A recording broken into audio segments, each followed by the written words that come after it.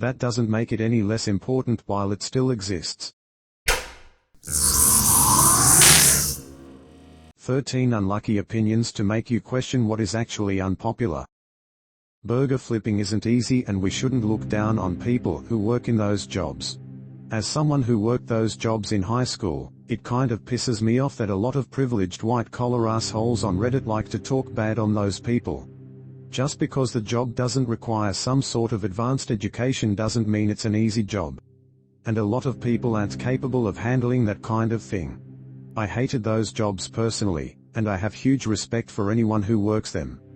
Burger flippers deserve an honest living. Constantly busting your ass in a fast-paced environment while your boss and co-workers are yelling at you isn't easy. You have to learn a lot of things very quickly, and you're understaffed all the time. You have to be able to multitask and work quickly, and deal with a lot of rude assholes. They aren't easy jobs. People who think those workers are low class and don't deserve anything in life can get a grip. And what if they can't afford college and can't find something better? Just because your college was paid for with daddy's money doesn't mean you are better than everyone. You're just a privileged asshole who's out of touch with reality. Plus, most of the people who say this probably eat at restaurants and order fast food. Who do you think prepares your food? It doesn't just appear out of thin air. Someone has to do those jobs if you want to enjoy the convenience of eating there. You can't have your cake and eat it too. There is nothing wrong with being average. This is what the internet and other similar groups refuse to acknowledge. That's why men are quite competitive in nature, because it's always going to be the apex, top-tier man who reaps the lion's share of the spoils. And this is especially true when it comes to looks. By definition, most people are around average, but if you say someone is average looking, it's almost an insult for many. Depends on the person. Beautiful means exceptionally good looking by definition, so most are not, and that's okay. Like everyone has to think they're better than others or feel special. I hate when people call art a talent, when it's clearly a skill. You're so talented to the person who has been painting for 12 years. I could never draw like that. I'm not gifted in art. You can move a pencil and draw a stick figure. That means you know the basics. Art is like 80% book smarts, 10% imagination and creativity, and 10% love of the craft. There are outliers like mathematicians at 8 years old, but that applies for almost everything imaginable. Being taller than the competition in basketball is a talent. Having a better voice for singing is a talent. Being born with a stronger memory is a talent. Drawing or any art form is a learnable skill that anyone with a few bucks and a desire to create can pick up and start learning. Driving a vehicle with a manual transmission is a basic life skill that everyone should know. I see a lot of comments on Reddit talking about how driving manual is obsolete, and anyone who says you need to know it is just gatekeeping. In fairness, there is a lot of gatekeeping around manuals, but that shouldn't detract from the fact that it's an important skill. In North America, most vehicles are automatic, but that isn't the case everywhere. In Europe, Australia, and the Middle East, manuals are far more common. Even here, there are plenty of manual vehicles floating around. Who knows when you might end up in a situation when you need to drive one. What if you need to drive a friend home and their vehicle is a manual? There's nothing wrong with preferring to drive automatics. However, I think everyone should at minimum be able to drive a manual well enough to get from point A to point B if they need to. To clarify, I agree that manuals will eventually fall by the wayside as electric and automated vehicles become the norm. I just don't think we're at that point yet. If this was 60 years ago and rotary phones were still commonplace along with button ones, you would still need to know how to use one. If this was 30 years ago and some people still use typewriters instead of computers, it would make sense to understand both. Just because a technology will eventually be replaced, that doesn't make it any less important while it still exists. Private childcare is a privilege, not a right. Being able to hire a nanny or babysitter and being able to just drop a child off at a daycare or even a relative's home is a privilege, not a right. It is not up to workers or daycares to drop their prices so that you can afford to have a more open schedule without your kids. And it's also not the grandparents', aunt or uncles', or cousins' responsibility to watch your kids for you when you need a break. People may choose to be kind and offer a handout, but it's never an obligation. I hate it when people call someone a creep just because they don't look good or they're not good at socializing. I understand that you can never be too careful these days, and that creeps can lurk around any corner. However, I find it unfair that people may write someone off as a creep because they don't completely understand social norms, or have an unconventional look. I mean, there is creepy behavior, such as someone following you or staring deep into your soul for far too long. But if someone is just socially awkward, maybe doesn't take care of themselves as much as they should, or doesn't have any friends, that does not make them a creep. I know you may be thinking this is not unpopular, but the amount of times I've heard someone call another person a creep for these reasons is enough for me to feel comfortable making this post. I'm not trying to justify legitimately creepy behavior that could potentially be harmful. I also completely understand why people have a defensive mindset when interacting with new people. All I'm saying is that you shouldn't treat someone poorly or worse than anyone else for the reasons I mentioned above, and there is no reason why you should call them a creep if they are not causing any harm. Somebody replied, people that got left behind socially speaking I think are people who were never able to develop social skills or friendships looked down on more than they should. People who are already isolated don't stand a chance when everyone just calls them creepy and makes fun of them. I'm not sure what the answer is because people who never learned how to exist socially and don't understand basic social cues can be difficult to interact with, but how are they supposed to have any chance at all if people just call them creeps and isolate them further? I've always hated to see this.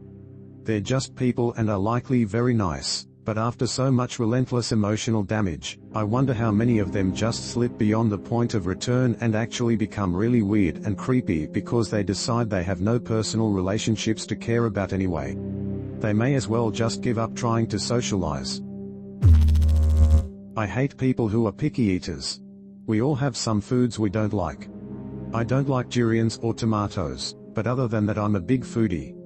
But picky eaters are just annoying. They always make fun of the food you get because they don't like it. For example, I was eating crab and my cousin was just flaming me and making fun of me for eating it.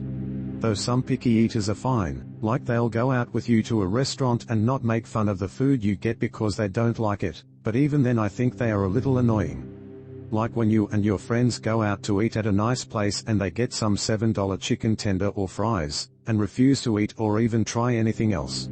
Not just that, picky eaters' diets are so bad, like they will never eat a vegetable, or they predominantly eat packaged or fast food. And the worst part, they will never eat ethnic food because it has a hint of spice and flavor. I've asked picky eaters their favorite food and they will always some bland BS like plain cooked pasta or chicken nuggets. I absolutely hate picky eaters, and nothing can change my mind. Living with your parents as adults is almost always the better option for everyone involved, unless there are serious problems. I wish I could live with my parents, but they aren't where the job is. Living at home is cheap, allows you to save up to buy, helps reduce cost and efforts for home maintenance, and most importantly reduces demand for people like me who need to rent. I know some people don't get on well with their parents. I know some people have issues living at home. But as time goes on, it's the only option for many. Renting is unaffordable in many places like New Zealand, San Francisco and New York City, even in one of my favorite cities, Amsterdam. Many parents are also divorced and some face loneliness and abandonment. Why not stay in their lives and give the people who changed your nappies some company? Finally, it was and still is the status quo for most people in the world. Most people in the Philippines, India and Eastern Europe like Romania and Bulgaria, and even Italy live in multi-generational households. Adults who live with their parents, thank you for your service. From a guy who lives in a crowded European town in Sweden with high rents if you can even find a place to live. Any service that you are legally required to purchase, like car insurance, needs to be offered by the government, not for profit. I feel like this should be common sense, but apparently not. If the government is telling people that they have to purchase a service, then they need to offer that service in a non-profit capacity. Otherwise, they're essentially enabling an entire industry of private companies to extort people for profit under the threat of fines or revocation of privileges and jail. I'm not necessarily saying that private, for-profit versions of the same type of service shouldn't be allowed to exist. They just can't be the only option when you're mandated to partake. I'm not saying that taxpayer money should be used to pay for things like car insurance. Imagine the exact same structure we have now: drivers pay a premium based on their driving history, car type, etc., and receive whatever type of coverage they're paying for. The only difference would be that the service wouldn't be run for the express purpose of trying to make money. It would be run to break even and give people the best value for money possible. Teenagers constantly complain that they want to be treated like adults, but as soon as someone holds them accountable they say that they are just a kid. I see it all the time in videos on this site. A teenager does something stupid and the second someone calls them out, they say, "I'm a child." You're an adult. You're yelling at a minor. Pick a lane. Removing old TV and movies from streaming because they come off as tone deaf is wrong. Akin to book burning and rewriting history. A headline on Reddit's television page reads, "Paramount, we won't remove content from eras with different sensibilities." As a non-white, straight male, I find this perspective dangerous. Erasing the horrors of the past does not mean we should celebrate them, but we need to be aware of them.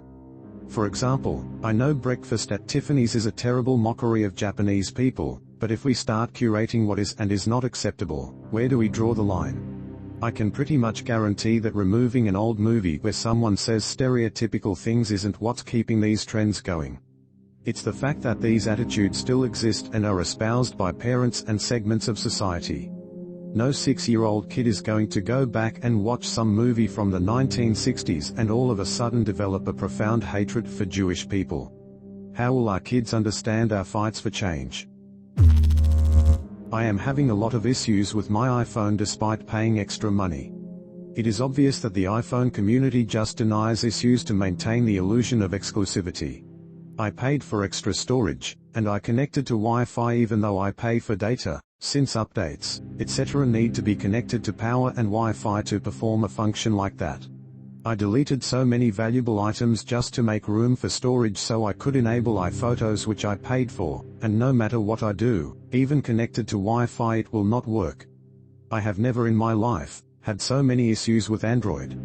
I switched because I liked the look and had to see what the hype was all about, but the batteries don't even stay charged and their file interface is so risky, I can't even depend on iOS to save a file or even keep it. I know I am not crazy, but I feel like I am in the twilight zone when all these iOS fanatics pretend these issues do not exist because they want to pretend they're bourgeois. Like, stop. I believe that having some alone time is healthy and should be encouraged in a relationship or marriage. I didn't know it was such an unpopular opinion. By alone time I mean watching movies alone, playing video games, going for a run or walk, or even traveling. I've had a few relationships in the past not work out, mainly because the other person expected me to be present all the time when I was not working. If this is indeed such an unpopular opinion, can anyone genuinely explain to me why? I hope you enjoyed these opinions. Subscribe to be able to drive an automatic gearbox forever.